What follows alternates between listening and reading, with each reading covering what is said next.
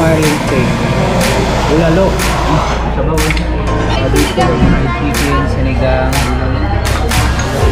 Yo, what's up? Good morning mga kalit friends. Welcome to the city of Manila. Yan, nakabalik na tayo dito. So ngayon, lalabas lang kami. Kakain kami ng family ko. Family bonding, family date. Yan, kasi nung nakaraan pa nag-request yung anak ko na kain naman daw kami sa labas. Kasi tagal din natin nawala, almost 1 month. So ito yung time na makakabawi tayo sa kanila. At syempre, ito na rin yung family lunch break. Yun, family lunch. Maaga pa eh. So nagpark lang tayo doon saglit sa dulo. So nauna na sila doon para mamaya may pasyal din natin yung mag-ina ko. So ito na pala yung GoPro natin mga karit friends. Itong gamit natin ngayon, GoPro na to. So iba pa rin talaga pag GoPro para sa akin. The best pa rin talaga. The best din naman yung sa 360 pero pang motor lang yun. Pag GoPro kasi malakas yung audio nito at saka grabe kumuha ng liwanag sa umaga kahit saan anggulo. Ayan o, diba? Wow, ang baby namin parang correct talaga. Atina, dito. Yeah, dyan ka? Dyan ka? Naman ulit siyang tumali. Ay, nakasama namin sila mami, papa. Hi. Gusto ko, mama may purchase. Kain ka na? Kakain ka na? Wow, kakain na? Wow, nag-hi ka? Nag-hi? Tinapon na. Kakain na. Pero okay lang, sali ko na yung kanin. Para sige po, brother. So yun na. Lagay.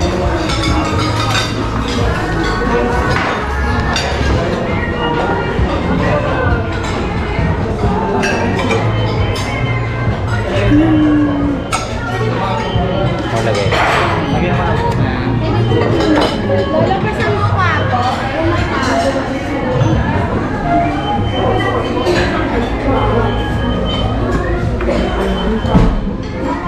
Yay! Ano to, nilaga? Ay, sinigang yan. Fried chicken, sinigang. Fried chicken din. Sinigang? Nandun pa yung bulalo. Yung bulalo. Sinigang yan. Sabaw sa wakas, after 1 month, nakain din ang masarap na sabaw. Sabi, baby. Balik tayo. Uy, may dahil na may ito. Hindi natin pakamatapon na baby. Hawak mo siya dyan. Baby, hawak mo.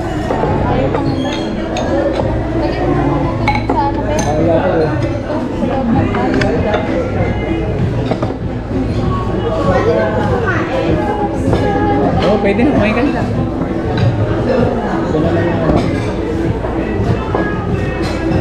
Sabaw.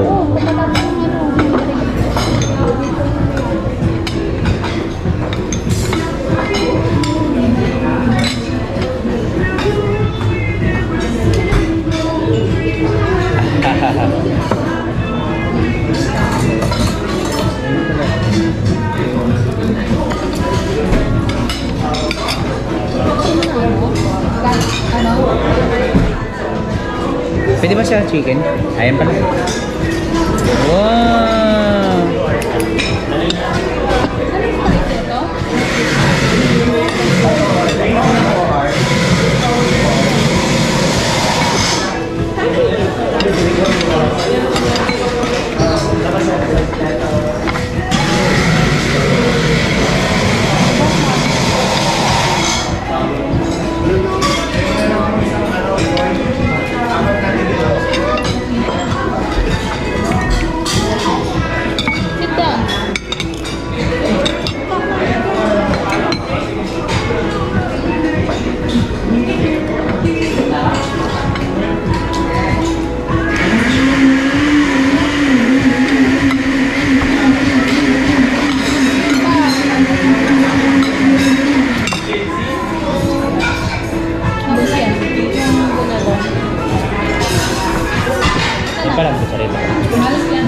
Yan lang kay mama. Kay mama na lang.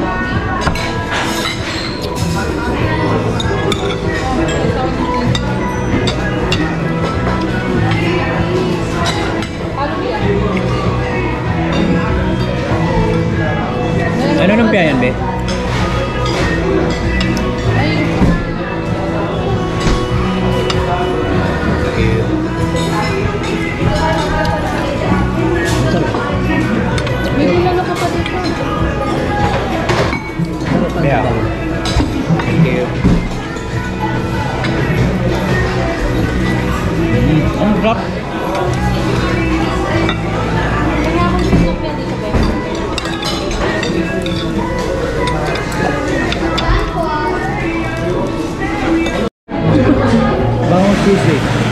Blue Marlin steak.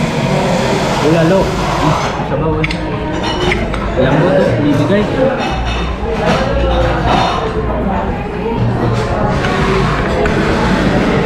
Bibigay yung lambot sa ano? Bulalo. Tagdag niya na yan. Water. Mabe. Mabe ka lang, buwan na. Nasa yung ano?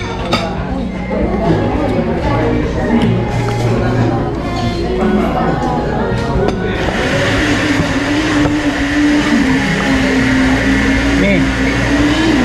Bigyan mo isda sa mami. Bigyan mo sa mami isda. Isda? Oo.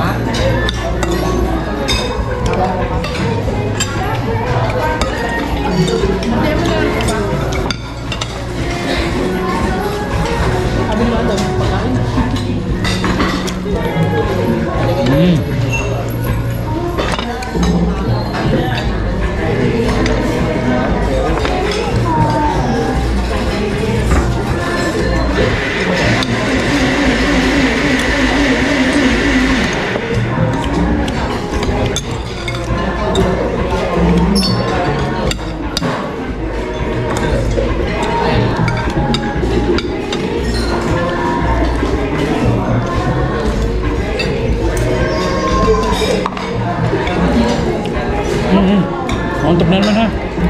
Bala dyan. Focus sa pagkita. Water man na, mama. Sa bula yun. Bea. Yan lang tol. Kunin mo yung ano besa. Yung isda. Tignan mo, masarap din yan. Gusto talaga yung masawsawan. Parang ano din siya, pero mas masarap pa rin yung tuna.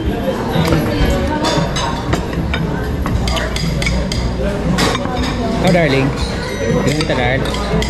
Blue Marlin.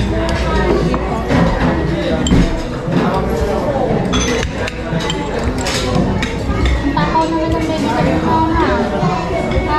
Napay isang taon yan, pero takaw na magkalit ka ang pipi ko. Kaya nga ako ano pa. Tingnan natin yung bulalo. May laman dyan. Ayan. Nagustuhan mo pa? Nagustuhan mo yung bulalo? Sabaw lang pa. Sarap ng bulalo din sa ko. Okay na pa, pwede na yan. Perfect ang ano. Timpla. Pati ito. Sinigang. Ito natin. Kasi yung bulalo kasi dapat malambot talaga. Ay wow. Lambot ng ano. Fish? Lambot, nag-iwalay oh. Maybe. Umar.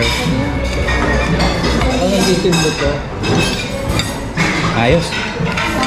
Darling, tingnan mo kanin kakaulam na oh. Wow.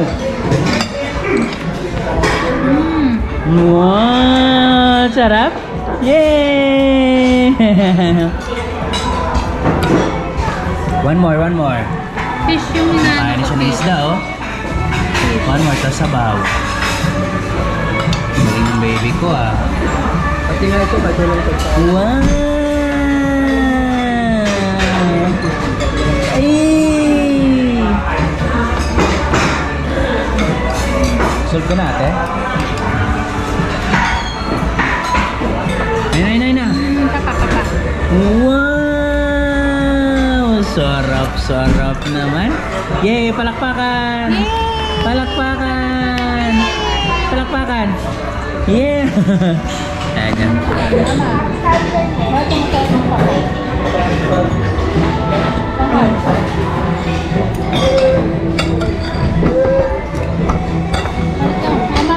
Mama.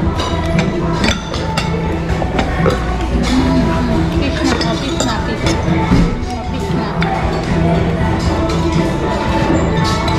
Fish naman ang fish natin ka.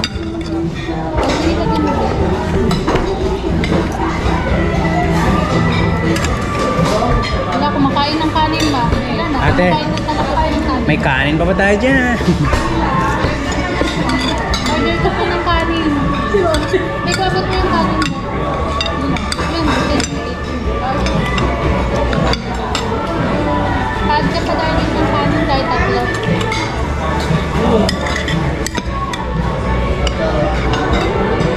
Brother, paano ba na guys? Ano pa kaya? Tatlo. Thank you. Tingnan mo Doro. Gitin lang, musal Okay eh. na ba yung ganito, ma? Ah, Nalulunok na kanina ko sa kanin.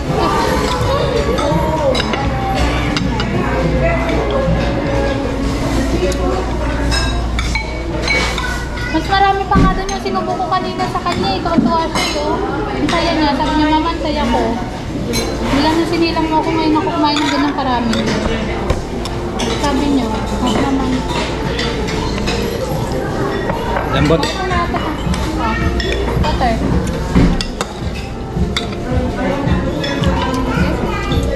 Ano pa? Marami pa ka ba? Ay, sige doon na lang po. Sa dulo. Salamat.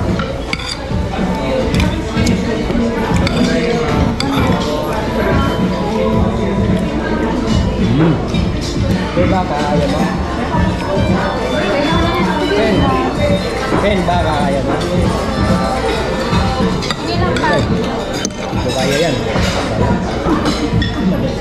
Dami. Take out natin pa. Pwede naman yan i-take out pa. Ilate redors yan. Tapos kanta tayo. Solve na.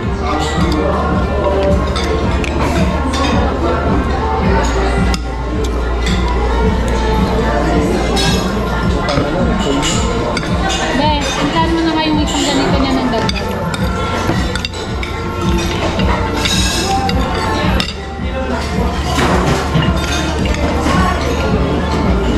Yun yan, yung pa. Ate, yung sabaw mo ng sinigang, gusto mo pa yan?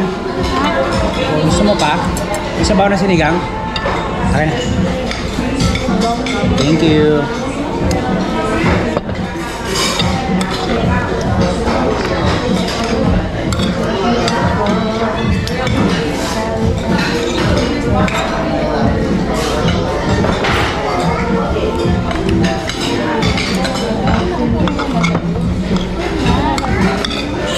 Malapit ako, Darl.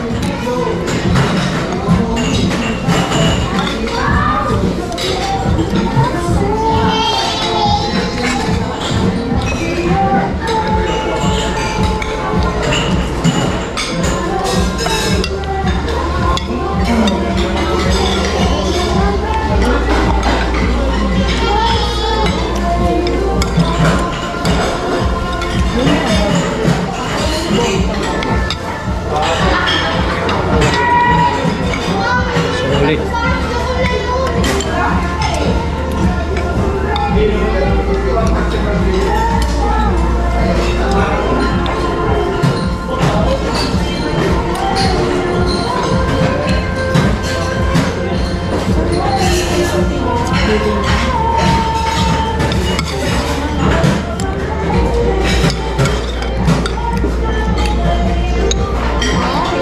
Yan, no?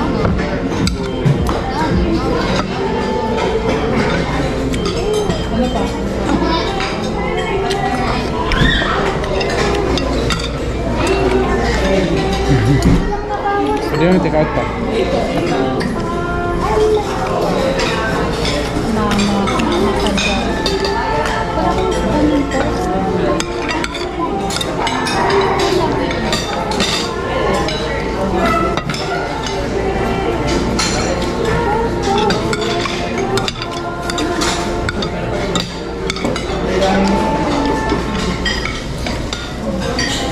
Humina na ako kumain ngayon. Halos siguro maubos ang dalawang kanin.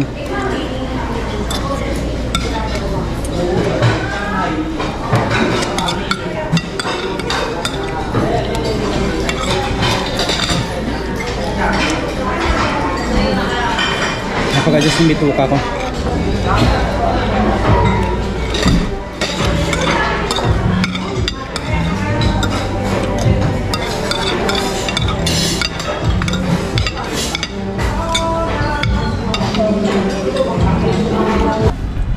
Solve mga ka-right friends, harap 1:04 na ng tanghali. Sobrang trick ng araw oh. So first time ko na makita naman din yung araw dito sa Manila simula pagdating natin kasi kahapon makulimlim, so nakarang araw maulan. So ngayon, bumawi naman. Punta muna tayo doon sa kay Leon. Lagay lang natin tong bring house. Take out. Hindi namin naubos. Dami kasi. So pwede na to. Mamaya bila ng gin to. Tapos kanta-kanta ng video okay solve na. Tapos sabay tulog. Sarap. So ito lang pinakamaganda dito sa Marilao kasi ang luwag ng parking dito. Open area. So sobrang luwag. Hindi ko na alam kung saan tayo nag-park. Yun andun pala sa dulo. Woo! Sarap. Buti na lang hindi ganun ka crowded ngayon kasi hindi siya weekends. Uy pala dito pala si Leon. So lagay mo natin ito para pag namasyal tayo sa mall tayo mahirapan wait diba? Yeah. Tara, isa natin, pamatunaw tayo. Tunaw Woo! Shoutout pala sa mga minamahal natin viewers dyan, sa walang sawang panunood at nag-click ng mga videos natin. Thank you. Grabe, bilib din ako dito sa anak ko mga Karet Friends sa pagdating sa kainan. Pandayo. Pagkatapos na namin kumain, hindi ka namin naubos yung pagkain namin, tinake out na namin. Ngayon naghahanap pa siya ng waffle. Waffle kayo. Sana sulit yung pamasyal namin yan. Enjoy lang, saya. Saan? Malayo pala nung waffle na to, Belgian waffles, pinakaduluduluhan. Pero syempre dahil gusto ng anak ko, kahit malayo pa man yan or kahit gano'n pa kahirap yan, pupuntahan natin yan para lang mabili ng gusto niya. Bibili na rin pala ako mamaya nung breadstick do mamaya, yung mahabang tinapay, kasi paborito din ng bunso ko yun. So daanan na lang din natin habang hinintay natin yung Belgian waffles. Sarap, bango pa lang, nakakagutom yung amoy niya. Ang layo pala nung kaduluduluhan. Tapos ang haba ng pila, benta pala yun. Ito bread talk, bili tayo para kay baby naman, paborito niyan Uy, dito rin haba ng pila din. Ito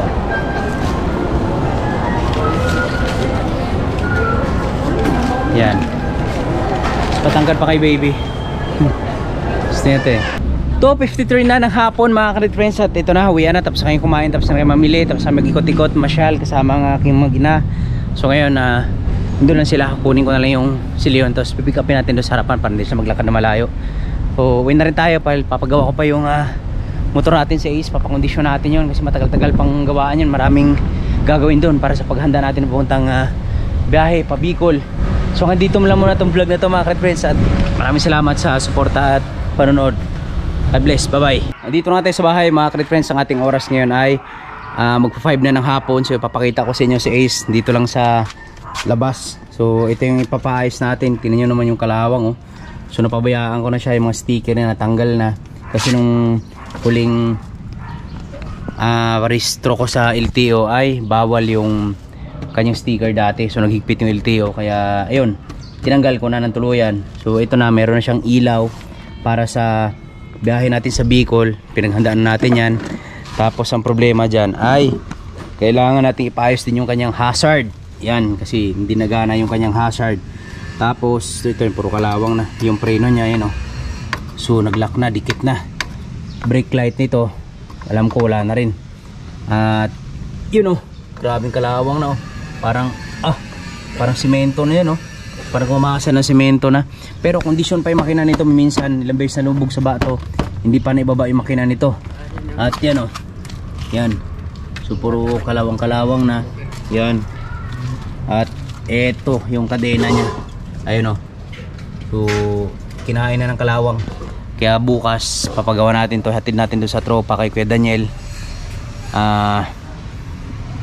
Ngayon baka itakbo ko na doon para malaman kung ano mga dapat papalitan, kasi lahat ng mga brake pad nito papacheck ko na. Tapos yung coolant, change oil, lahat ng mga dapat pwedeng palitan ay palitan natin, para yung langis baka may wala ng brake fluid yan, tapos brake light, lahat para ready na tayo doon sa pakbakan natin papuntang Bicol. So yun, tulak ko na lang to papunta doon kila Kuya Daniel, kasi ano pa naman to, tawag dito, yung puro kadena, puro ano na, kalawang yung kadena niya. So tulak ko na lang papunta dun. Tingnan mo, pandar natin. Kondisyon pa yan. Sulit pa yan mga ka-Red Friends. Tingnan nyo. Maandar pa yan.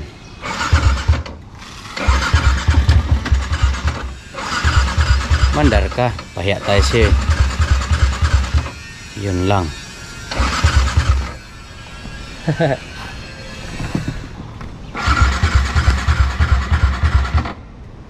Ay, mandar.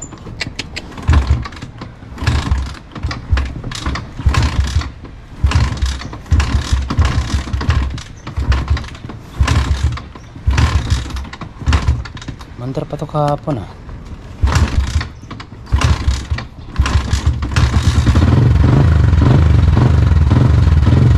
Yun, malamigan lang. Ito, nalunod.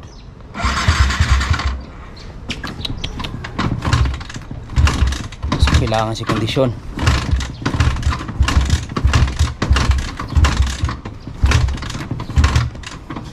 Isang buwan kasi hindi na paandar to.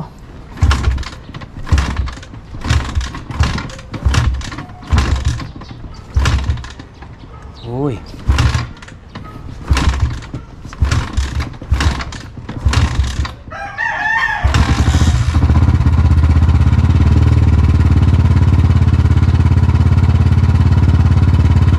Lunod.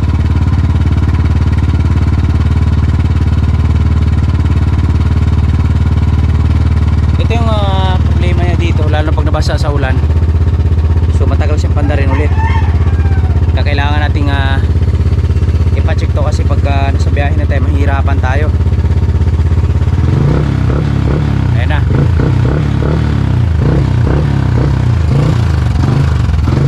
So maingay na naman yung ito, may maingay dito. Ayan o. Ayan. So yun yung may palitan dyan eh. Ano ba tawag nun? Pansin nyo. Ayan o. So papalitin lang yan. Dati ganun na rin yan. So kailangan mapalitan bukas yan. Tapos na yung ilaw. Yung sa ilaw dito kumpleto naman. Yan o. Sobrang liwanag pa yan. Kaya lang kailangan nating i-condition yan para bago tayo bumiyahe, tuloy-tuloy yung biyahe natin, walang kakaba-kaba. Hindi pa naman ako pinahiyan nito. So yun lang yung maingay na yun. Kailangan papalitan nyo kasi sirain kasi yung ano ba yung tawag doon, nakalimutan ko eh. So yan, alam mo natin siyang uminit. Yo mga ka-Red Friends, magandang gabi sa inyo lahat. Nandito kami ngayon sa SM North sa Annex. Nagbanding kami ng misis ko. Dalawa lang kami para mas mabilis yung lakad namin. At nagtingin-tingin lang kami ng sapatos para may magamit ako doon sa pag-akit namin ng Bicol ulit. Kasi nahirapan ako magsuot ng sapatos ko doon sa leader ng sapatos ko na Dr. Martin kasi mabigat siya. Tapos kailangan ko ng pamalitan kasi minsan may mga basa kami, dagat madalas. So wala akong kapalitan. Ito yung napili ko. Ayan. Yan. Black. Nakadagdag ano siya, nakadagdag tangkad. Tinanong pa nga ako nung dicer kung police daw ba ako kasi madalas daw bumibili ng police. Eh nung tinanong niya kung police ako, sabi ko, oh sir, police-polisan. Hindi, joke lang. Nandun na, binayaran na ni Mrs. Tapos pupunta pa kami ng department store para makabili ng pantalon ni Mrs. Itong ganda na ito, plain black oh. Yan, ito din ang isa sa gusto ko, yung aking black. Pero tsaka na yan, unahin lang muna natin mga importante kasi magpapa-kondisyon pa ako ng motor. Yan ang so. Darling, Nagamit na. ganda na oh. Nibago ako sa GoPro ko oh. Ganda na, thank you darling. 7:15 na mga ka-Red Friends ng gabi. So di na namin sinama yung mga junakis namin kasi medyo crowded ngayon kasi linggo ngayon eh. Pero hindi naman ganun karaming tao ngayon kasi ano na eh, paggabi na, pa-closing time na. So namimili pa si Mrs. to ng pantalon niya. Tapos mamaya dadaan na rin pala kami ng helmet doon sa baba para isang lakaran na. Kasi akit na naman tayo ulit ng Bicol, ilang araw na lang. Subitin yung bakasyon namin. Pero okay lang yun. At least makakabawi naman tayo.